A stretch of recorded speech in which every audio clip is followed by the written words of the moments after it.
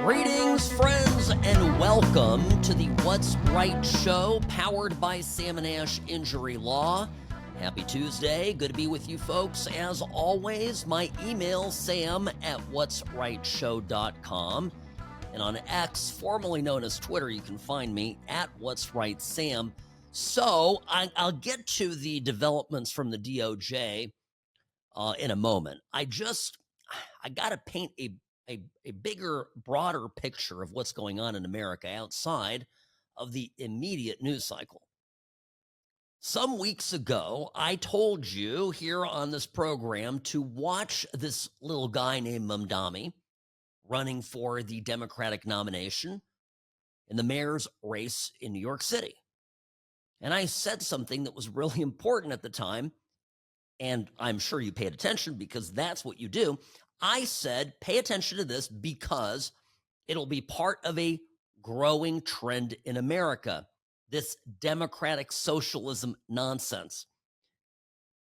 Don't dismiss it simply because it's a local election in a city far away from you. It really, I'm telling you, this guy should be ignored at your peril. Now, what's happened in the last 24 hours that got me thinking about this is all of a sudden, Mamdani is making all sorts of appearances with prominent national Democrats. He has entered the national stage, and they are milling around him and supporting him and allowing their brands to intermingle with him because they understand, these Democrats do, that his messaging is powerful, it's successful, and it's likely going to yield a big political victory in short order. Now, that's terrifying. He's ahead in the polls. You know, I had Alan Stock this morning, Vegas at 8, talking as we do Tuesday mornings, asked me about this. He asked if I believed that Mamdani would win. And I told him, well, regrettably, yes, I do. And Alan, there was a moment of silence, by the way. He just kind of took a deep breath, and then he goes, hope you're wrong, hope you're wrong. But in effect, we all fear that I'm right. Democrats have, for years, by way of our great institutions, colleges, high schools, middle schools, even elementary schools, have been preparing America's youth for this moment. Now, in the past, in spite of massive indoctrination in school, students grow up, they go to work, the school of hard knocks takes over, and slowly the programming dissipates. I know many such kids that I went to school with who were somewhat radical, or at least leaned left. But they got jobs. They got a career. They got kids. Starting a family is a powerful thing. You all of a sudden realize how much you want to protect your children, your family unit, from outside influence. And you quickly realize as a parent that one of the greatest, most negative sources of influence to your family unit is the state. And then you quickly realize that it's not the Republicans, the Christian conservatives that are meddling in the affairs of your bedroom or your living room. That's what the media narrative at least was when I was a kid growing up in the 90s. No, it's the leftists that want to insert themselves in place of the parent, as they say in Latin, in loco parentis, replacing you and your partner, your wife, your husband, as the caretakers for your family.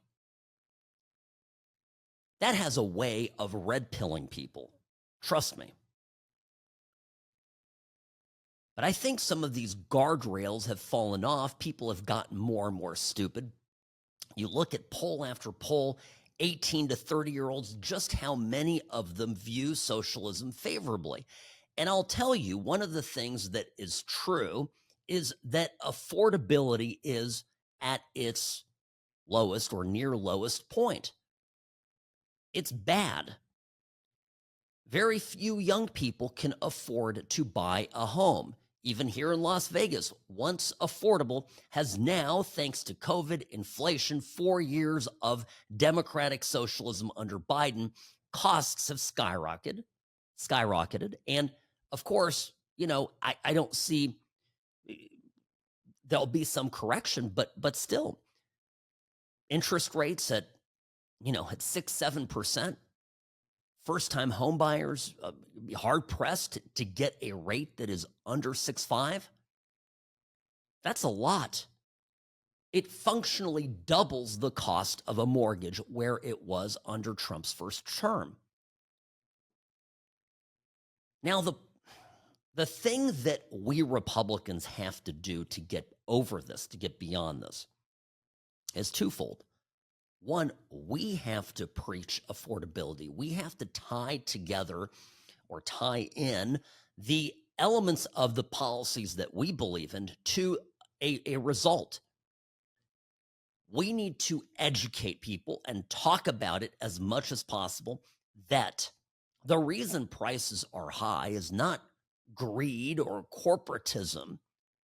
Housing prices, particularly actually in blue states, are high because of regulation. They're high because of stringent zoning requirements. They're high because of environmentalism. They're high because all sorts of government bureaucracy is fed off of building permits. Try to build something in New York, I dare you, or LA.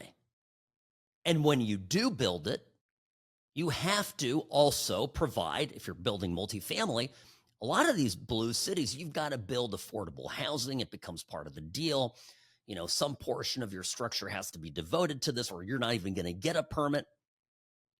And so who pays for that? Immediately that, I guess, less expensive housing, affordable housing, quote unquote, gets gobbled up. Incidentally, people like Mamdani, who himself, his parents are millionaires. He's, making $100,000+ a year. His wife a little bit more. They live in a rent-controlled apartment.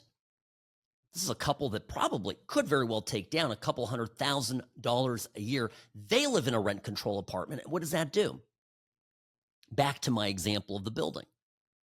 The guy building it, the developer, the greedy corporatist, has to get the permits, has to put some subsidized, basically, housing that is going to cost him or her money to build, for which there will not be a return. You can't finance that. You can't bank it.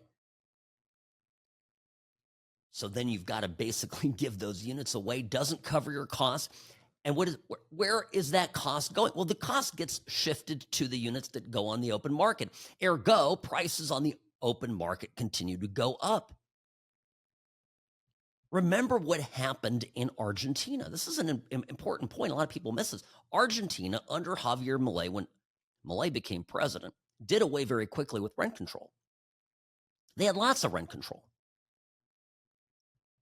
And guess what they did? They did away with it, and overnight, prices shot up. And everybody out there, all the liberals, all the hang-ringers, all the media types, goes, oh my goodness, what are we going to do? This is fair. Oh my God, we oversee. I told you so. And then, because you and I understand how economics works, all of a sudden, exactly the expected occurred, which is to say, prices began steadily dropping. The market rebalanced. The problem is that all of the fixes that the left has, that the left offers, are not fixes. They make things worse. It's not an accident that the most regulated cities, municipalities, counties, and states have the highest costs of housing. I mean, think about it. Look at the fires in LA. This is another example. You want to talk about housing being unaffordable. They're not rebuilding the housing. And so there's a greater political purpose to it because, of course, they want all of those people to move out from the hilly areas into urban centers Governor Newsom explained this in one of his vetoes to a firefighting bill. Put it, right there in print. He explained it. Said it is the policy of the state of California to encourage development near public transportation. Read urban centers. Put people in little boxes, little rabbit houses, build them little apartments. Of course, Gavin Newsom himself gets to live in a sprawling, luxurious mansion. And that is the socialist point. Everything that is being promised by these socialist Democrats has been promised before by socialists across the world and across history. And every time it has resulted in the same conclusion, which is the party elites live like kings while the average man starves. I pray it doesn't get to that here in the U.S., and you and I need to stop that. Have to do everything possible to prevent it. Sam Mirejovsky, News Talk 840 KXNT. Back in a moment, folks. Don't go anywhere. The What's Right show is brought to you by Sam & Ash Injury Law, because you deserve what's right. I'm the best. Personal injury law has been the same for a long time. The best. Big egos, greed, and sleazy schemes. We've had enough. Welcome to Sam & Ash, the new standard for personal injury law, where things are done the right way, because you deserve a team that delivers real support and results. When you have both, your whole world can change. Sam & Ash Injury Law, because you deserve what's right. Just in this last legislative session in Carson City here in Nevada, we had a push by libs, socialists in Nevada, to get rent control passed, more rent control here. It's just absolutely crazy. Sam Mirejovsky, News Talk 840 KXNT. Of course, this all was defeated. The Nevada realtors got together, and actually they launched a campaign to explain just how bad rent control is, and pointing out the unintended consequences of it, that in fact it causes rents to go up.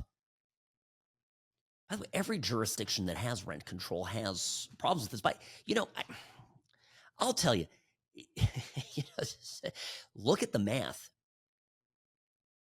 You buy a rent control building, or you have a rent control building. I saw a post about this the other day. Some landlord was going through an apartment that had been trashed by a rent control tenant. It would cost the owner about $100,000 to fix the unit. Just shy of that, about $95,000. And then you go through it and go, okay, so $95,000. Now they can only charge, this is in New York, about another $100 more a month. So you do the math. How many years it would take to recover $100 at a time, zero interest, your investment into that property? The short answer is no one's going to repair the apartment. But because the apartment was left in a terrible state, you can't rent it out because it doesn't meet the minimum standards. You're going to end up running afoul of slumlord laws. Okay, that's more regulation. So now you can't rent the apartment out. So guess what? Oh, I know, it is empty. The apartment stays empty. I would venture to guess that a significant portion of rental inventory is held vacant in cities like New York and Los Angeles, just so that, just because it's almost not worth it for the landlord to rent the unit out. If they have a tenant, fine. If they have to prepare it for another tenant, they'll never recoup those costs. It's not worked into the deal. It simply makes no sense for them to even make an effort to put the unit on the market. You think the government's going to manage that better? That has to be our messaging. Now, speaking of messaging, the New York Post yesterday announced the Post is going also to California, having a new publication there called the California Post. Great news. Love it. Just in time to cover Governor Newsom's chaotic adventure running for president. At any rate, they ran a cover today. Front page of the printed New York Post, African American meets Native American. And this is the meeting between Mamdani, the Democratic Socialist running for the mayor of New York City, and none other than Pocahontas Elizabeth Warren. Now, remember, I told you Zohrani and his message is going national. And Democrats like Warren are recognizing in Mamdani a tremendously charismatic and persuasive young politician who is clearly, if the polls are to be believed, and his performance in the New York primary is to be studied, is getting traction. So the old guard is flocking to the new. It is yet another sign that we need to take this seriously. Now, I don't view Elizabeth Warren with any sort of respect. I'm just telling you that the mainstream of the Democratic Party is adopting radicalism. I've been saying that for a long time. I think you understand this, but a lot of people don't. Here is Elizabeth Warren praising Mr. Mamdani. Press conference. Pay careful attention to her language. She seems to suggest that his policies are the future of the Democratic Party platform. When someone stands up and says, I will lead this city by making it more affordable, and here are my plans, real plans, plans to deliver on childcare, plans to deliver on housing, plans to deliver, we're going to experiment, we're going to try things on groceries. That is the Democratic message. That's the Democratic message. Affordability. We're going to deliver on affordability. Clown. What part of Democratic Party policies in the last 50 years have done anything for affordability? Environmentalism drives up cost. What else? Giving away free money. Basically, a year of universal basic income via COVID relief funds under Joe Biden drove inflation to almost Jimmy Carter levels. That didn't work. What about rent control? Well, we just discussed that. Fool's errand. Everything they do just hurts, but their words are a persuasive con on young skulls full of mush. And that we have to be cognizant of. We got to be careful about this. Warren then went on Joe Scarborough, Morning Joe. You know him. These are the folks, him and Mika Brzezinski, who once upon a time were friends with Donald Trump, have since emerged as some of his greatest adversaries. But they had a little peaceful powwow once Trump was reelected. And since they've been somewhat quiet, doesn't change the fact that they are still rabid left-wingers. Listen to this insanity. How is this not a unifying message, not just for Democrats, but for everybody in the working class, in the middle class? You got it, Joe. It is. And in fact, that's the mayoral race right now in New York City. That's Zohran Mamdani. How does this young guy come in, doesn't have the money to spend that Cuomo has, doesn't have the position that Adams has, doesn't have the backing of the billionaires? How does that work? He comes in and he talks about how to make New York City affordable for families. And he says, we got to talk about housing, we got to talk about the price of groceries, and we got to talk about childcare. Because without those young families who are trying to make it, people can't make it in New York City unless they're rich. And he wants to make this city work for working people. And that's what it's all about. That's why I think this race in New York City is so important, because Zohran managed to win by talking about affordability. Democrats across this country will win by talking about affordability. And then, and here's the key, not just talking about it, delivering on it. Well, there's about zero chance of Democrats delivering on it. Trump has done more for affordability and for the working classes. But this is a threat. There's no question about it, politically speaking. Sam Mirejovsky, News Talk 840, KXNT.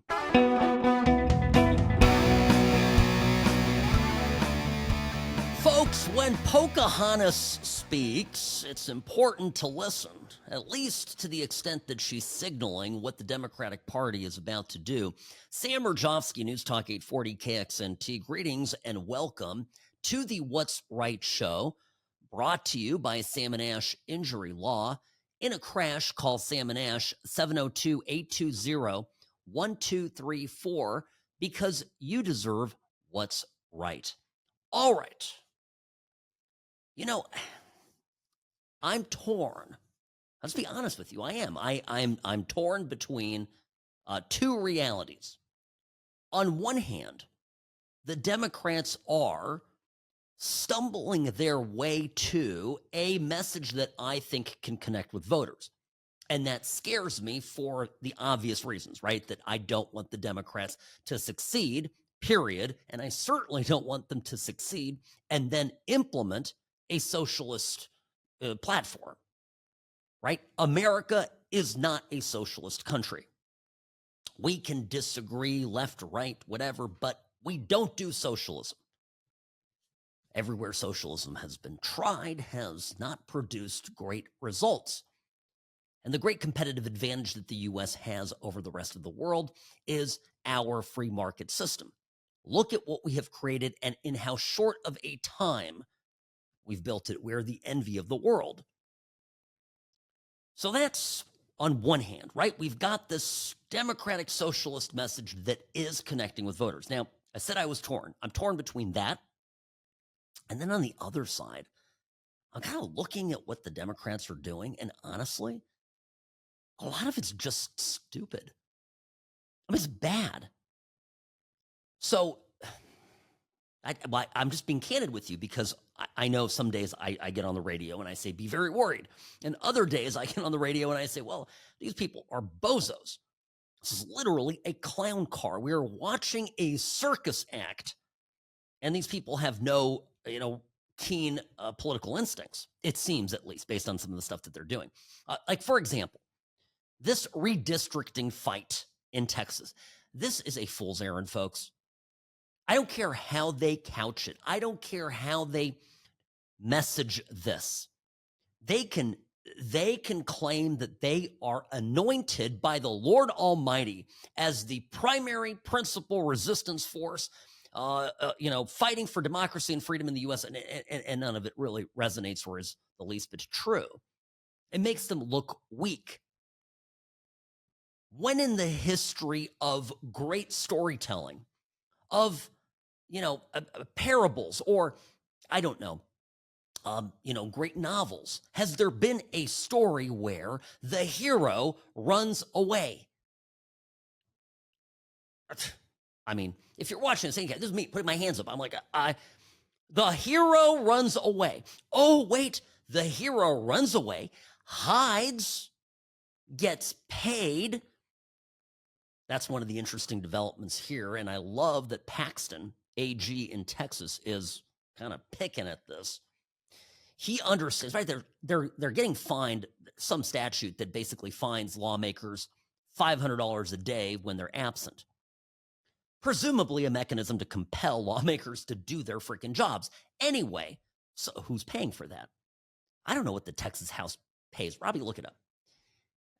Whatever it is a month, it's not $500 a day, meaning the fine is punitive and these people would end up in the negative. And I know Democrats, they love money from the state, so they're not doing that. Somebody's covering it. And I mentioned this yesterday. By covering it, obviously, is treating Paxton can treat contributions to that as a bribe of public officials, because you're paying them somebody. I don't know if it's Pritzker through his family fund or Democratic Party, the DNC, but somebody is paying these lawmakers to not go to work. They are literally paying them, influencing their actions as state representatives. Well, it's a problem. So, okay, I'm giving this as an example. I don't think this is going to work. It's not a good look. It's just a stunt. What other examples come to mind of recent Democratic folly? I'll tell you. Do you remember when Al Green, he was back in the news. Al Green, he today had a press conference and said, I'm going to impeach President Trump. Trump impeach. It's hard to understand him. But basically, I reading between the lines, sounds like he wanted to impeach Trump again. Remember when Al Green, 2 months ago, 3 months ago, Trump's in his first 90 days. I was following the State of the Union, the not State of the Union speech. Right. So address to the nation, okay, to the joint houses of Congress. He immediately, that's stunting, right? Literally everything that AOC, Rashida Tlaib, Ilhan Omar, Crockett, everything they do is performance art. There's a lot of that sort of empty performance art. So I don't know. So on one hand, right, we have to take the threat seriously, because if you don't take the threat seriously, you tend to underestimate your opponent. On the other hand, I do want to give you a little bit of confidence here that the Democratic Party is not a very well-oiled machine, and B, they are prone to doing things that is strictly performative, because the foundation of Democratic Party thinking, right, ideas is what? It's the look is more important than the substance. The color of your skin is important to deciding what benefits society gives you or government gives you. Your sexual identity, what you say it is more important than what is on your birth certificate, right? Again, just style over substance. What you say is more important than what you do, right? All this stuff. So for the Democratic Party, they devolve into this sort of performance stuff. Theater kids run amok, but some of them in important positions with power over our lives. Washington, some of these people I named vote on things that very much affect us. It is infuriating that so much of our country is being held hostage by these clowns. Which brings me back, by the way, to the importance of the midterms. There is a reason why the Democrats are fighting so hard over what's going on in Texas. And I suspect it's because, one, they realize that the Texas plan is pretty foolproof and is going to pass. It's really just a formality to have the House gather and vote on this. They've got the votes. It's going to pass. It's going to get done. It's going to happen before the midterms, and it's going to be decisive for the Democrats. Second, I don't think that the Democrats actually believe that Gavin Newsom's plan that he's touting, his tit-for-tat plan to go to the voters in California and propose also a radical redistricting plan that would exactly and precisely trim down or change the math of districts to make Republicans lose 5 districts in the state of California. I don't know if that's going to, there's a lot of moving pieces to make that actually happen. So, and this is why the Democrats are so actively behind this. Literally the DNC chair got up. He's now in Illinois, the head of the Democratic Party. His name is Martin. He's the guy that put up that infographic of the, well, maybe he didn't, but one of his people did put up that infographic of costs rising between 2021, the inflation, runaway inflation, 2021 and 2025, early 2025. It's like, oh, I wonder who was president during that time. Everybody, including me, went on Twitter, went on X and go, hey, idiots, Joe Biden was president. You just, made our point. They had to take it down. It was very embarrassing. So this clown, a washed-up politician from Minnesota, oh yeah, that state, comes forth and interjects himself into this mess. Listen, our Constitution is under assault. Voting rights are being completely violated. Now is not the time for one party to play by the rules while the other party has completely ignored them. So they've decided to cheat. They've decided to cheat, and we're going to respond in kind. And listen, none of us wanted to be here. This is Donald Trump and Greg Abbott's doing. Make no mistake about it. The Democratic Party didn't start this fight, but we're not going to roll over. They want to fight, we're going to give it to them, and we're going to put every option on the table. Right there. This is clowning stuff. The Democratic chair of the party is now supporting these rogue lawmakers. It's not a good look. Incidentally, the update on that is that Paxton has come out basically saying we're going to replace him, we're going to arrest him, and we're going to hold him responsible. That's big news. He's asking for a judicial order declaring that the runaway Democrats have abandoned their duties and vacated their office. So this is a sort of a declaratory judgment, if you will, from the Supreme Court of Texas. Furthermore, John Cornyn, who is the Rhino Republican senator from Texas, locked into a battle for the Republican nomination against Ken Paxton, has entered the fray. Cornyn, normally a pushover and softy, and if he wasn't running for re-election, wouldn't get anywhere near this, by the way, has written a letter to FBI Director Kash Patel. He's asking the FBI to intervene. Read this. This is crazy. Quote, I request the FBI's assistance as federal resources are necessary to locate the out-of-state Texas legislators who are potentially acting in violation of the law. So the FBI is going to go out like the dog catcher with a little... I'm just picturing this like out of one of those old Disney cartoons. Peg Leg Pete out there, in the paddy wagon with the net. And he's going to get the net. He's just going to go in there to Illinois and start catching wandering Democrats. Well, that's how it reads. But again, Cornyn is engaging in some, political theater here as well. I don't even think look, the best case scenario is they just declare the seats vacant. And by the way, if they declare the seats vacant, I would think typically how these statutes are written, that the either you now have a quorum, if the office is vacant, then there's nobody who can vote. And it could be a triggering condition to there now being a quorum with whoever is remaining in the chamber, mostly Republicans. Or alternatively, now there is a mechanism by which new people are appointed pending the next election. And I'm guessing that between a Republican governor and a Republican legislature, they're going to find people that are sympathetic to the Republican cause, if you catch my drift.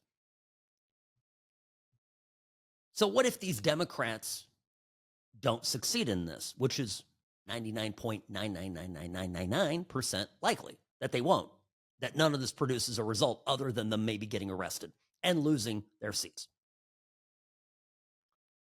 Then the Democrats are perceived as the party that has run away from facing down a threat, and then B, lost. See, when I explain that these things are stunts, that it's performance art, they're not changing anything. The only thing I really fear are Democrats legitimately winning elections with the kind of rhetoric that is becoming popular right now, this radical left-wing socialist, democratic socialist, coding. So that worries me. Boy, this whole thing is mess. By the way, I'll get into this. 2 Democrats made their way back. They came home to Texas. Couldn't take the heat. All right, Sam Mirejovsky, News Talk 840 KXNT. Back in just a moment. Don't go anywhere. Don't turn the dial.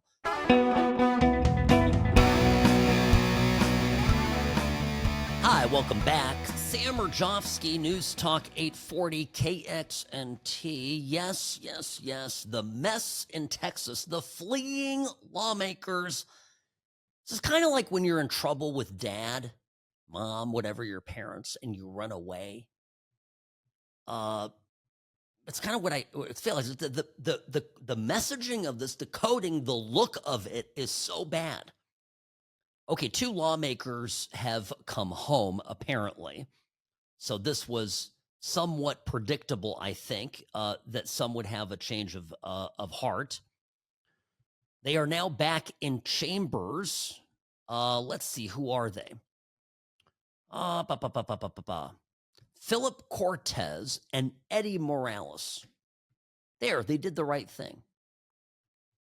By the way, we did the math here. Producer Robbie, quick on-the-spot research. Lawmakers in Texas make about 400, all in maybe with their staff, etc., 500 a day. So when they get fined 500 a day, it's effectively like either getting zero or losing money. Yeah, it's going to have a way of focusing them. Now, whoever's covering their expenses while they do this, I think is in deep trouble, and they're right to do that investigation. Democrats always do this stuff. They did this in Michigan. They've done this in Texas before. It always ends in a flop. So I don't know. I don't see any wisdom in it, politically. All right. Now, California is threatening a redistricting. New York, that's an interesting one. New York is talking about a redistricting. New York Governor Kathy Hochul, Monday at a press conference yesterday, talking about this. And here's what she said. Now, what Texas and Republican states are doing at the direction of Donald Trump, I say is nothing short of a legal insurrection against our capital. Legal meaning they're using the legal process. Does not mean it's legal, and it must be stopped. If Republicans are willing to rewrite these rules to give themselves an advantage, then they're leaving us no choice. We must do the same. There's a phrase, you have to fight fire with fire. That is a true statement of how we're feeling right now. And as I've said, another overused but applicable phrase, all's fair in love and war. That's why I'm exploring with our leaders every option to redraw our state congressional lines as soon as possible. Everybody is jumping on this bandwagon. And why? It's like a talent show in the 7th grade. These people are all competing for who's going to be the Democratic Party nominee. The field is wide open. I know, Newsom is a shoo-in, et cetera, et cetera. There's lots of reasons to think that Newsom is the prime candidate, the lead contender. But Newsom also is, has some of his own luggage. I could say that politely. There's going to be a lot more stink on Newsom a couple years from now, over the next 2 years than I think anybody can even imagine. The state of California is not exactly a great calling card. So there are a lot of prominent Democrats that are looking to throw their hats in the ring, and that's why Hochul is doing this. I don't know. Does it stand a chance in New York? There's certain procedural hoops that you've got to jump through, and you got to do it before the midterms. So tick-tock. The Republicans have been working on this for a while. We've known this was coming. But now everybody's reacting to it. I don't think actually Newsom has or had a plan put together to do his redistricting. Neither did Hochul. So back to the question of performance art. Is this just empty words?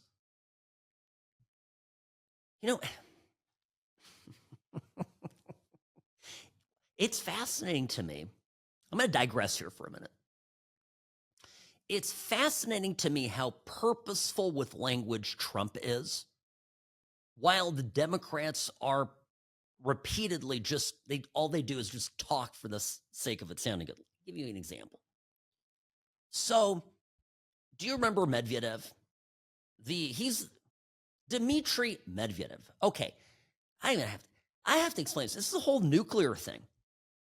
You know, the submarine that got deployed, nuclear subs, and on the edge. Here we go again, a second Cuban Missile Crisis. Have you heard anything about this?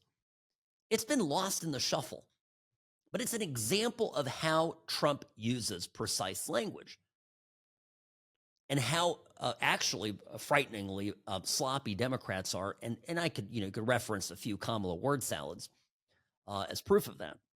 So I'll get to this here after the top of the hour. I need to develop this thought. Because, the media, they always say Trump is such a buffoon. Trump is such an idiot. Trump's brilliant. Trump's use of language is brilliant. So I don't, nobody gets close to him, honestly. Sam Mirejovsky, News Talk 840, KXNT.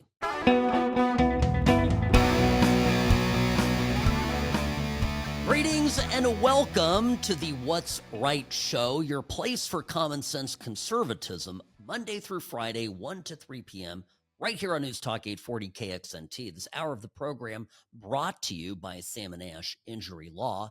In a crash, call Sam & Ash 702-820-1234 because you deserve what's right. By the way, speaking of the firm, shout out to listener Bruce, who also is a client. I had a great opportunity to talk to him today at work stuff, right, with the law firm side of the business, not the show, but we it was nice connecting, nice to talk to someone who has placed their faith and confidence in us at Sam & Ash and me. So thank you, Bruce, for listening and for your faith in our firm. Now, though words mean things, right? And I was going to just right before the break, I cut off top of the hour. The merciless clock of talk radio always forces me to form my thoughts in fixed segments. So here we go.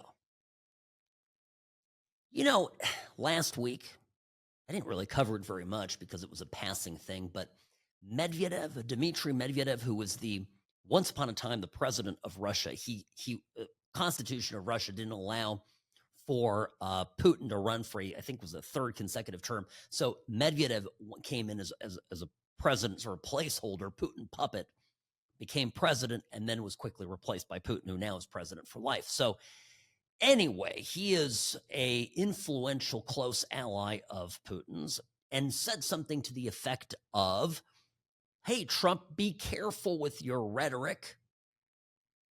And I think this was Trump threatening Moscow with, ruinous sanctions, secondary tariffs that really amount to sanctions, basically 100% tariff on any country that sells anything or buys anything from Russia.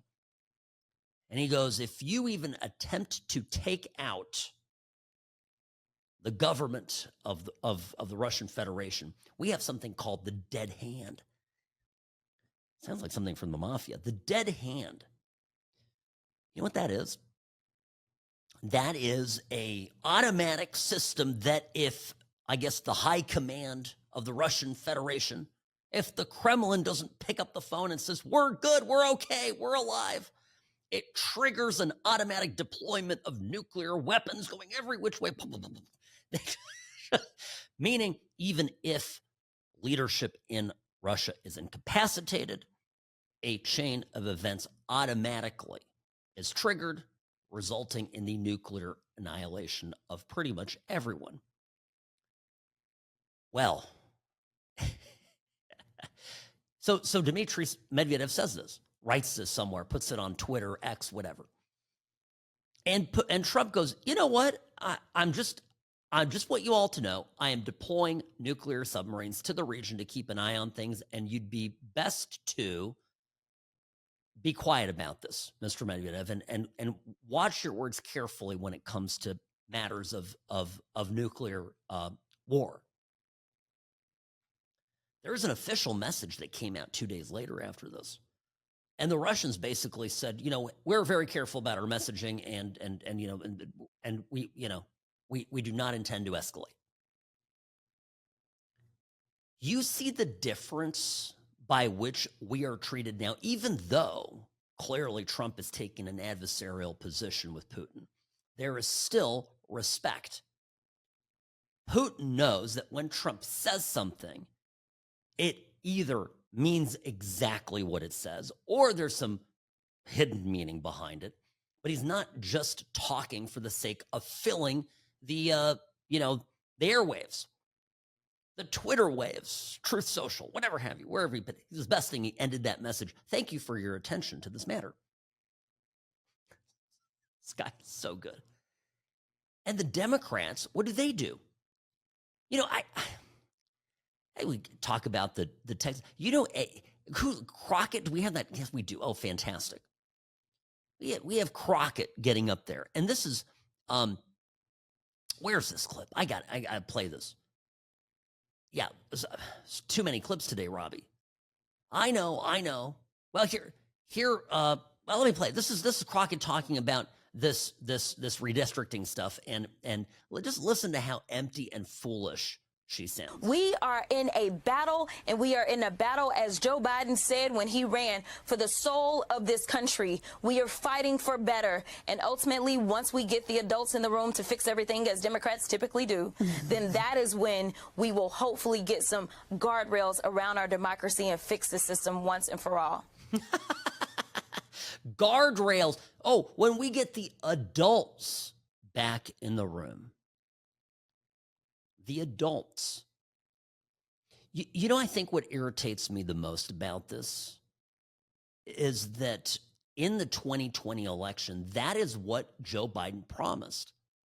And when you set aside the cheating in the 2020 election, there were a lot of Americans, there were millions of Americans that did in fact actually vote for Joe Biden. And they voted for him because they felt that Joe Biden would return some semblance of order. But those were just empty, trite words. They didn't mean anything. Joe Biden didn't mean that the adults would come in and I don't know what Joe Biden meant. It didn't mean that. What happened is the political class took the country over, embedded bureaucrats took control of the country. Democrats ran amok through Congress and through the executive branch of government and sent our country into a near death spiral. The experts, so-called, were deferred to, and we had 4 years of absolute destruction wrought upon this country.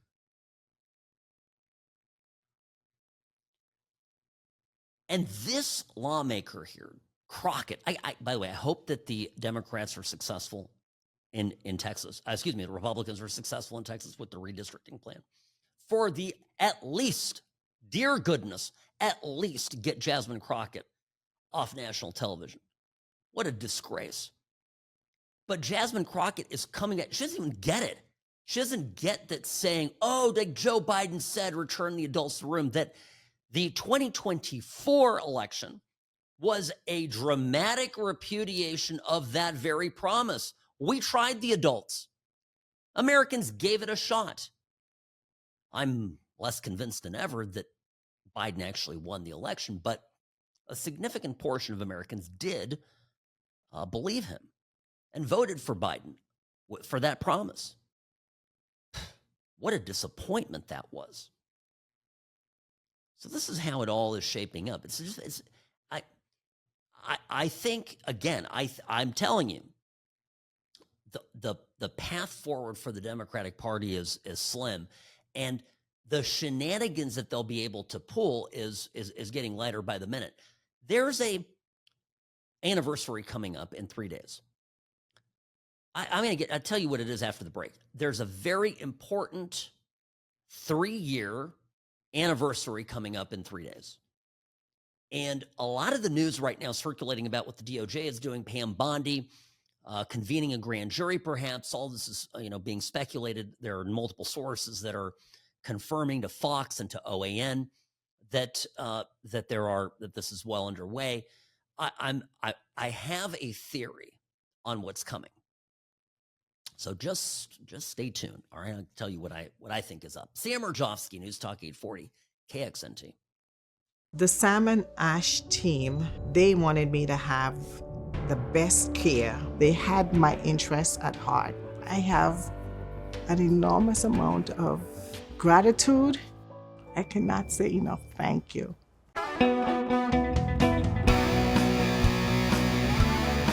By the way, it's just been revealed that under pressure from the Biden administration, Bank of America and JP Morgan Chase debanked President Trump all over January 6th. Sam Mirejovsky, News Talk 840 KXNT. As all of this stuff begins to unravel, mark my words, there are going to be some, well, there are going to be obviously some consequences. There's going to be revelations here that become impossible for the mainstream media to ignore. There's a anniversary coming up. What happened August 8th, 2022? It's an important question. It is a day forever seared in my memory, for I awoke to news of Biden's goons raiding Mar-a-Lago, the private residence of then former President Donald J. Trump. Agents entered the residence, went through Trump's apartment, rifled through his child's bedroom, his wife's underwear drawers. I can thank my lucky stars I've never been the subject of a police raid. I imagine it's humiliating. I've been burglarized. It was my welcome to Vegas present. I think we were in town for what, a year and a half? And yeah, it happened to us. Terrible, awful, extremely violating. I can't even imagine. I have a question for you. Do you think that Trump has forgotten and forgiven or not?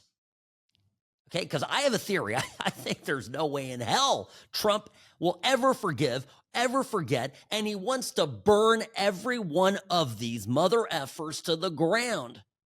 Personally, I'm convinced if he could, he would take a scalpel and cut their gonads off. Okay, I'm not going to try to get too grand. I'm just telling you. That is probably the appropriate level of vindictiveness that Trump feels. And if you think that's bad, take a stab, if you will, pun intended, at what Melania feels. Protective mama bear, FBI agents going into her son's room. Ooh, I wouldn't trade places with the Biden administration officials who participated in this in any way for all the tea in China, as the expression goes. And isn't it kind of interesting to you that in the last few days, we're getting trickles of information about grand jury getting impaneled, grand jury, meaning they're presenting evidence for indictments. And then yesterday, John Solomon over at OAN saying his sources are telling him that this grand jury might be getting impaneled in Florida. And all of you out there going, oh, when's this going to happen? Pam Bondi, I demand arrest. Now, I'm a critic of Pam Bondi over the binders and some stupid stuff, but I've been defending her, I think, pretty logically, because I'm saying it takes a while to put these cases together. So, okay, Trump gets into office, ready to cut some gonads, all right?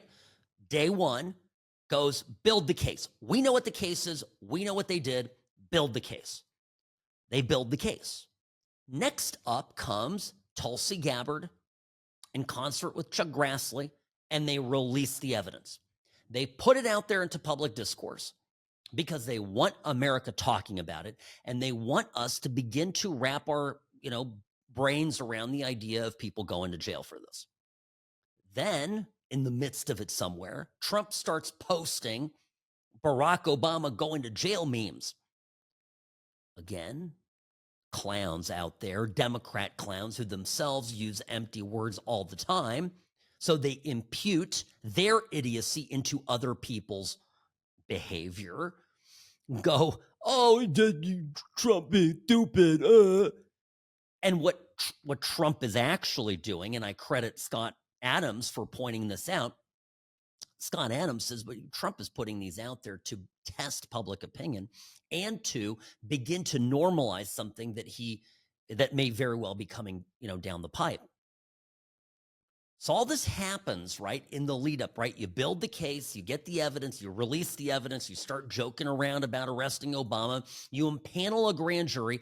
And I'm not saying it's going to happen on the anniversary of, but this anniversary is coming up. Again, I'm going to say the second time this program, TikTok.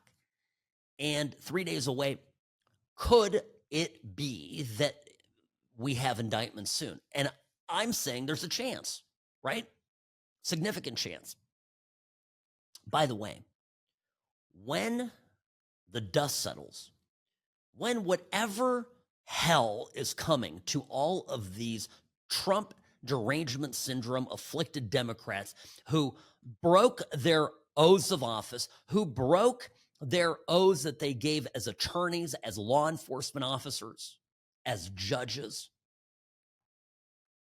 public servants, who shared classified information with political operatives. That's going to be an interesting charge, given that the original raid on Mar-a-Lago was over Trump misusing classified documents, putting our country in danger. I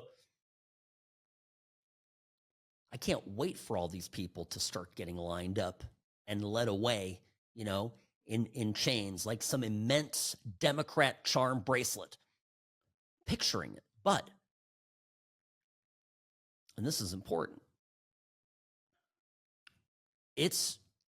look, the fact that they did the raid on Mar-a-Lago was the bridge too far. I'm going to get personal here for a minute. I actually am embarrassed that I lost a little faith in President Trump after January 6th. I'm embarrassed that I did not immediately identify January 6th as an op. I was wrong. Now, I say here on the program, I'm always right, rarely wrong, right? Joke about it. But that is an example of where I was wrong. If you remember listening to me back in 2022, on August 8th and 9th and 10th, following the raid, I had my veins in my neck bulging in anger over what they were doing to Trump. Any affection or that I had for or promise that I saw in Governor DeSantis evaporated. If you'll remember, Vivek Ramaswamy was the lone Republican candidate running at that time that immediately held a press conference in front of Mar-a-Lago, or maybe in front of the court there in Miami, the Southern District of Florida. And he denounced this as police tactics. I'll never forget that. I explain a lot why the love that I feel for Vivek and the stand that he took. And no matter where we disagree on certain things, like for example, Israel and that, I will always cherish Vivek Ramaswamy for the support he gave Trump in that moment. But it ultimately this raid on Mar-a-Lago wasn't just something that changed a lot of our minds. I mean, not changed, but infuriated us to the point where we were ready to go, die for Trump. But it also created an opening for a future Trump administration. This is something the Democrats couldn't have imagined ever happening. A future Trump administration to affix the entire vast conspiracy created and concocted in D.C. to a jurisdiction not favorable to the Democratic Party. The Democrats, by overreaching, The Democrats, by doing what Democrats do, which is to just go too far all the time, built a bridge too far. The raid on Mar-a-Lago infuriated a lot of Americans, infuriated me, reinvigorated support for Trump, caused Trump to surge, I think actually surge in the polls, and ultimately regain and win the Republican nomination, become president, and now is giving the legal basis for hailing into South Florida court a bunch of left-wing, crazy Washington, D.C. Democrats. Oh my goodness, folks, buckle up. It's going to be interesting. Get the popcorn. Sam Mirejovsky, News Talk 840, KXNT.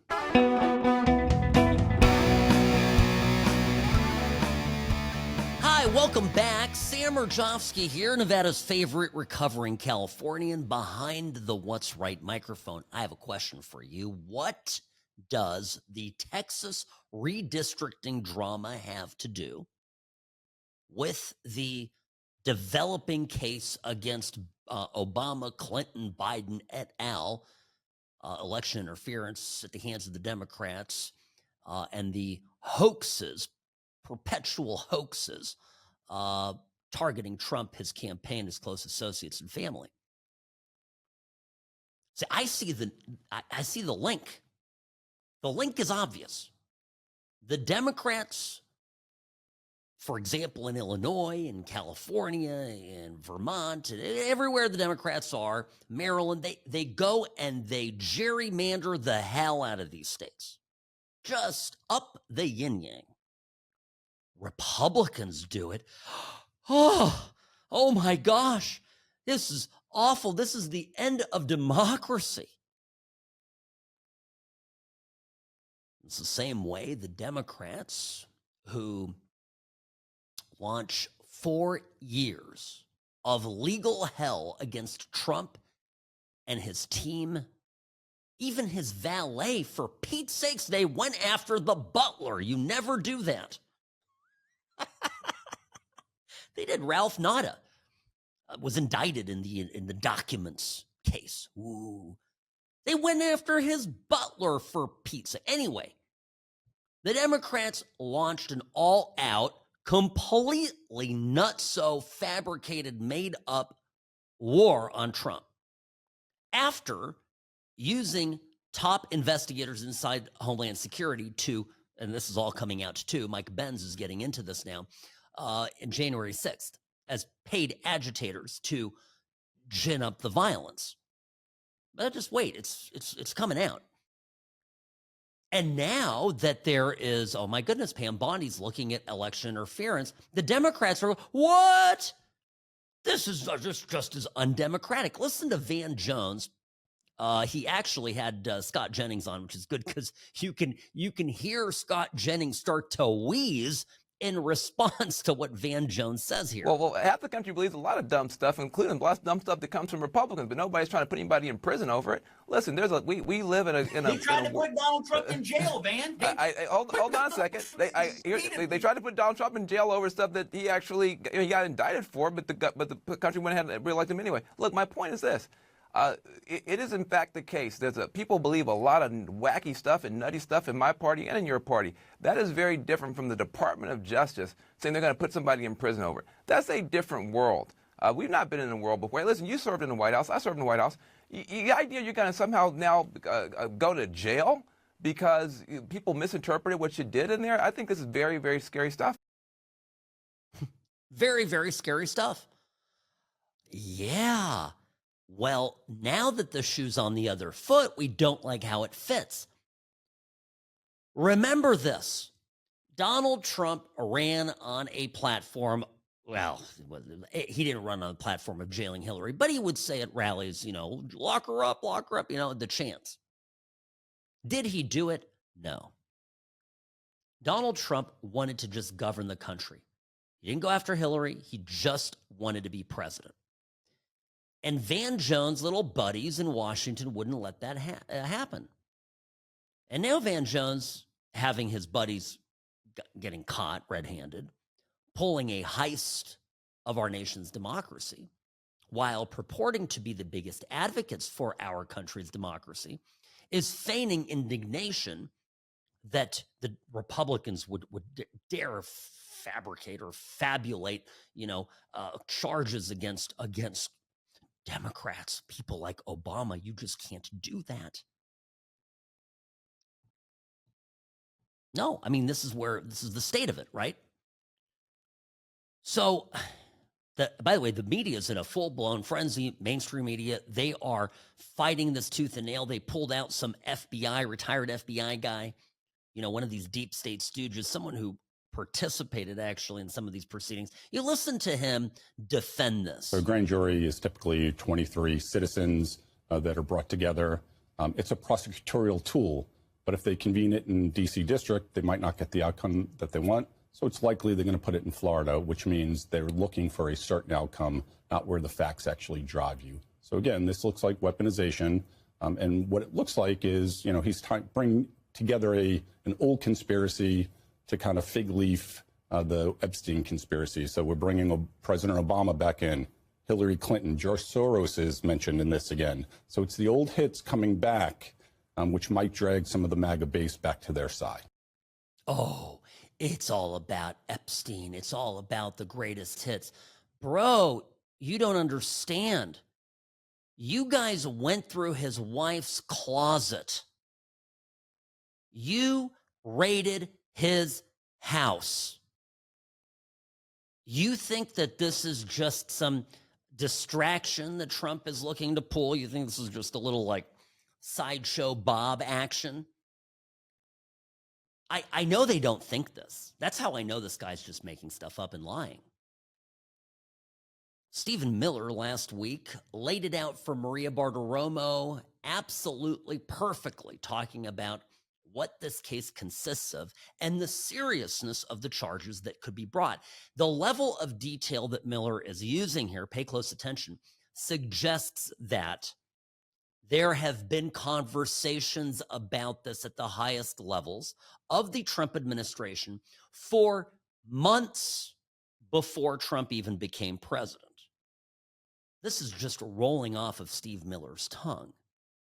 It has been well researched. It has been well prepared, just as well prepared as every executive order that Trump signed hours after being inaugurated. Listen to this. The Russia collusion hoax against President Trump remains the single greatest hoax and the greatest assault on our democracy in the history of this country. It meets all of the criminal elements of a seditious conspiracy against the United States. It meets the criminal elements of an insurrection. It meets the criminal elements of a conspiracy against the government and the criminal elements of a conspiracy to deprive citizens of their civil rights under color of law. One egregious felony after another. And because it is a conspiracy, as demonstrated by the forethought of realizing and documenting that they understood that this was fake from the beginning, meeting the mens rea standard in law. Because of that, because it is a conspiracy, every single individual actor is now part of that conspiracy. So that includes Brennan and Clapper and Comey and Hillary and Schiff and everybody else who knowingly and willfully perpetrated this plot, this coup, this conspiracy, this scheme against President Trump and the government of the United States. And now is the time and the hour and the moment for accountability so that we can reclaim this democracy, Marie. By the way, Schiff's pardon, I think, only gets him to the, what was the length of time? Yeah, I'm pulling it up right here. Here's the full pardon per the auto pen. This is the let's see. Hold on. I'm pulling it up. Should have come prepared with this. Well, Robbie, look at it real fast to go see how far back it goes. Is it 10 years? That's going to be another part of this. They're going to challenge these pardons. Well, what did I tell you about that? The way they challenge the pardons, they don't file a lawsuit against Joe Biden's auto pen. They simply go and arrest Adam Schiff.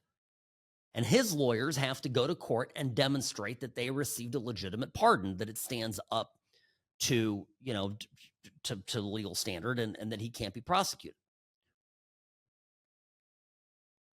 Okay. By the way, he can still be prosecuted in the state of Florida to the extent that his conspiracy or contribution to the conspiracy caused there to be criminal activity done in Florida, i.e. the raid on Mar-a-Lago. So remember that. But no, the long and the short of it is, this is real. They've had this planned for a while. Now, the mens rea, the consciousness of guilt. Let me play a little tape here of Obama. This is back in 2017. And so this is just before Obama is leaving office, before Trump is sworn in. Trump is the incoming president at this time, has won the election, and Obama is late in his, call it, lame duck period, okay?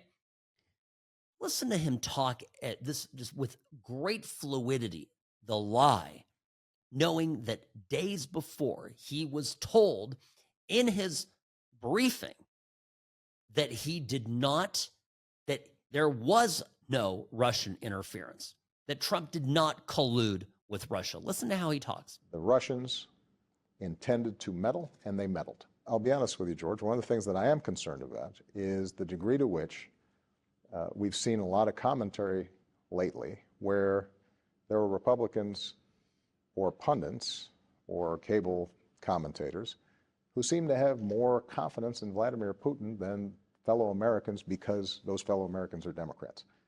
That cannot be. Does that include the president-elect? Well, what I will say is that, and I said this right after the election, we have to remind ourselves we're on the same team. Vladimir Putin's not on our team. If we get to a point where people in this country feel more affinity with a leader who is an adversary and views the United States and our way of life as a threat to him, then we're going to have bigger problems than just cyber hacking. 30 days prior, in Obama's presidential daily brief, December 7th and 8th, both demonstrate, and this is part of the record bucket of records that was released by Tulsi Gabbard, demonstrate that Obama was told by his CIA, okay, that the Russians did not interfere in the election. And yet here he says, first line of this, the Russians intended to meddle and they meddled. And then he says, if we can't all be on the same team, if we can't all get along, then we're going to have bigger problems than just cyber hacking. What a veiled threat that is in retrospect.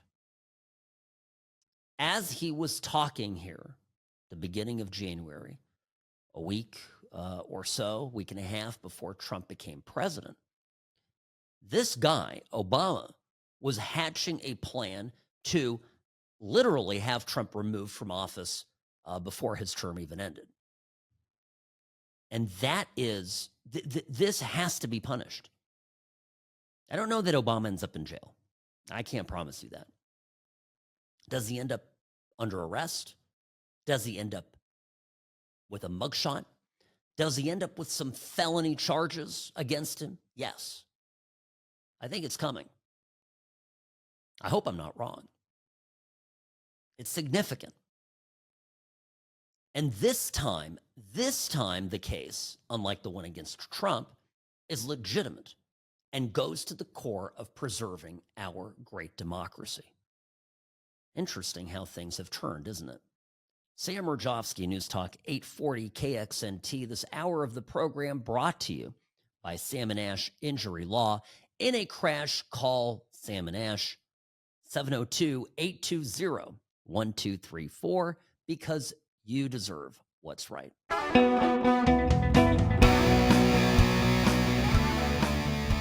Sam Mirejovsky here behind the What's Right microphone. So what are voters saying about the RussiaGate lies and the investigation into this criminal activity? Well, a lot of people think that this is a problem. 65% of voters are following the declassified releases, 32% very closely, 33% somewhat closely. Among Republicans, 75% are following the investigation, 83% believe serious crimes were committed, and 86% agree the perpetrators must be held accountable. Among Democrats, 56% are following the investigation.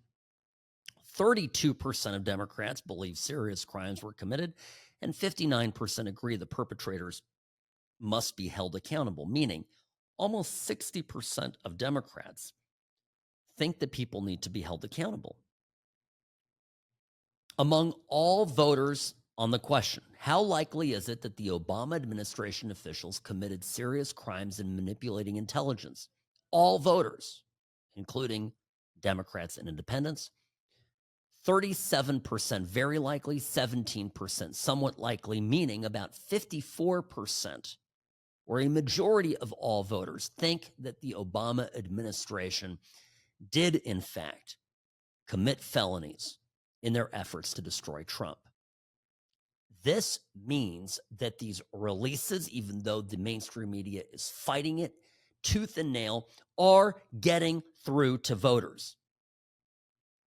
And it underscores my point that two things need to happen. You need to build the case. Okay, do you have the case? The prosecutors come in. It's not Pam Bondi. There's some very serious people in there at the Department of Justice. Ed Martin, for example. Smart career prosecutors who look at the evidence, go, yeah, we have enough to charge. At that point, Trump says, all right, but now we've got to get the country on board with this. We can't just drop this out of the blue. Remember, Democrats agitated against Trump for 2 years before Mar-a-Lago was raided. They knew what they were doing. They got to work everybody up. They got to hit him. By the way, I think they hit him too late, if you ask me. Waited too long, but regardless, you know, they waited. They had to lay the case against Trump. And because it was such a weak case, it was such a nothing burger, they needed time to make stuff up.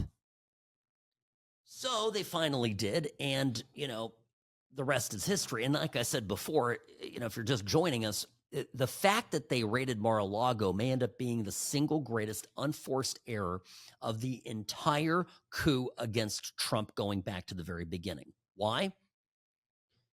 That creates a nexus, a plausible reason to hold the investigation, the trial in the Southern District of Florida, where, of course, the Democrats are not on home turf. Sorry, guys. You don't get to have Judge Boasberg be the presiding judge over this trial. Try again. Or Tanya Chutkin. Nope. None of that. So this is a development. And by the way, same day that we are finding this out, the House Oversight Committee, James Comer on X, notifying that he has issued subpoenas for Hillary Clinton, Bill Clinton, Merrick Garland, James Comey, William Barr, the former U.S. Attorney General, Alberto Gonzales, Bush's W's Attorney General, Jeff Sessions, Bob Mueller, Loretta Lynch, Ms. Meet with Bill Clinton on the tarmac of the Phoenix airport and talk about our grandkids for 40 minutes. Right. And finally, my favorite person in the world, Eric Holder. Whoo, this is what does this they call it? The Gallery of Rogues. This is absolutely fantastic. What an all-star lineup. Who is excited? Who's excited? Now, I think these will be depositions behind closed doors. I can see a number of these people not showing up and, you know, and risking basically, a referral to the DOJ. And also see a lot of people getting up there and just pleading the fifth, calling it a day. Congress, right? Congress, this is not the right. I understand that they want to create a little bit of fluff with this. The people that really need to investigate this is the DOJ. They've got the subpoena power that has teeth. They can call in a grand jury. They can indict people. The DOJ needs to handle this. I think what Comer is doing here and the House Oversight Committee is more for show than anything else. But it still belies the fact that we are experiencing a fast-moving situation. It's rapidly developing. And this I expect, this time next week, there's going to be even more information, more developments that come up. So it's just we gotta follow this day to day. And I, of course, here on the What's Right show will be we'll be here in studio every day, making sure that we cover it. All right. My email, any questions, comments, concerns, sam@whatsrightshow.com, sam@whatsrightshow.com, at What's Right Sam on X, formerly known as Twitter. Follow me there. I typically post every day, so you can follow me for the latest updates when I'm not on air. Friends, hey, let's not get our hopes up, but at the same time, remain optimistic that some justice is straight ahead. Sam Mirejovsky, News Talk 840 KXNT. The What's Right show is brought to you by